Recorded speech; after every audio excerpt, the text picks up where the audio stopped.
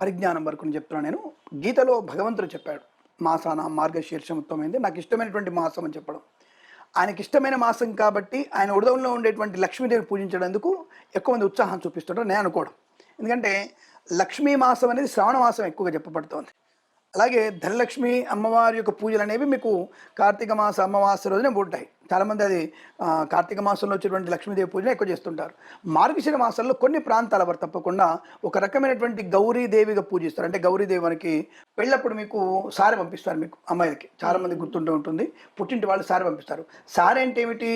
భగవంతుని చేసేటువంటి ప్రతి ఒక్క వస్తువుల్ని ఒక బుట్టలో పెట్టేసి అమ్మవారిని చందనపు చెక్క, సాన్రాయి, గౌరమ్మ, తర్వాత పాత్రలు, ఏమైనా పాత్రలు, అమ్మవారికి కలిపడే గాజులు, చీర దాంట్లో పెట్టేసి అమ్మవారితో సాగనం తద్దిని సారే అంటారు. ఈ సారే కాస్త పోయి బూరెలకు వచ్చారు. ఇక బూరెలు, బూందీలు, లడ్డూలు 21, 41, 101 ఇవి ఎక్కడ ఉన్నారా బాబు, నాకు అర్థం కాకపోయేది. అంటే ఆడపిల్లకి ఇవ్వడం మంచిదే, కానీ లేనివి క్రియేట్ చేసి మాకు 81 రకాలు ఉన్నాయి, మాకు అరిసెలు ఎన్ని పెట్టారు, అరిసెలు 21, మా ఆచారం 21 ఉంది, 101 పెట్టారా, 201 పెట్టలేదా, బూందీ పావు కిలో ఇచ్చారు, మా ఆడపడుచు కూడా ఇవ్వాలి. ఈ ఆడపిల్ల పోయింది, ఈ ఆడపిల్ల నుంచి పక్కింటి ఆడపిల్ల కూడా వచ్చేసింది. అంటే ఇది సారే అనుకుంటున్నాను. సారే అంటే తల్లిదండ్రుల నుంచి వచ్చిన పుట్టింటి నుంచి ఒక అమ్మవారి దేవతా విగ్రహాన్ని పంపించేది. మా ఇంట్లో అదే ఉంటుంది. సారే పంపించారంటే మా ఇంట్లో అదే గౌరమ్మని పంపించడమే.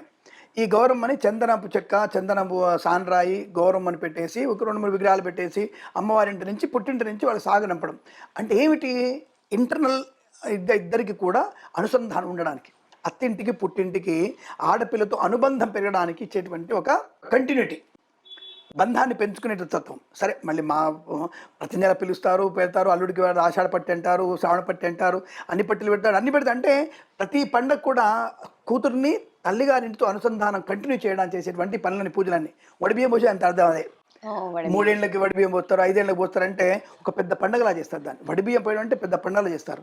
ఎక్కడి నుంచి ఇది సంప్రదాయం అంటే మీకు తిరుపతిలో మీకు కింద అమ్మవారికి కూడా వడిబియ్యం పోస్తారు, పద్మావతి అమ్మవారికి కూడా మీకు వడిబియ్యం పోస్తారు. అక్కడ కూడా ఆచారం ఉంది. అంటే ఏమిటి అంటే తన పుట్టింటి నుంచి వచ్చినటువంటి ఆ యొక్క ధాన్యం అనేది పిల్లని చల్లగా కాపాడుతుంది, చల్లగా కడుపు నిండా ఉండాలి. ఈ అన్నం తింటే కడుపు ఎలా ఉంటుందో వడిబియ్యం వల్ల తన యొక్క పంట బాగుండాలి, పల్లెలు బాగా ఉండాలి, సంతాన వృద్ధి పొందాలి, కుటుంబంలో సంతోషం ఉండాలి, కడుపు నిండా హ్యాపీగా ఉండాలని, పంట పండాలని, కడుపు పంట బాగా పండడం కోసం, సత్సంతాన ప్రాప్తి కోసం చేసేటువంటి ఒక ప్రక్రియ అది.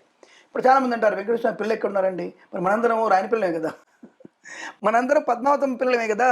ఆ విషయాన్ని గమనించుకోవాలి. అంటే వెట్టకారం కామెంట్ చేసి వాడు కింద వెంటనే ఉంటాడు, వాడికి సమాధానం ముందే చెప్పాలి మనం. సో కాబట్టి మనందరం ఆయన సంతతే. ఆ పద్మావతి అలవేలు మంగా సమేత వెంకటేశ్వర స్వామికి సంతానం మనందరం కూడా. కాబట్టి ఎటువంటి సంతాన వృద్ధి, ఆ పిల్లలకి యోగక్షేమం ఉండడానికి వడిబియ్యం పోస్తారు.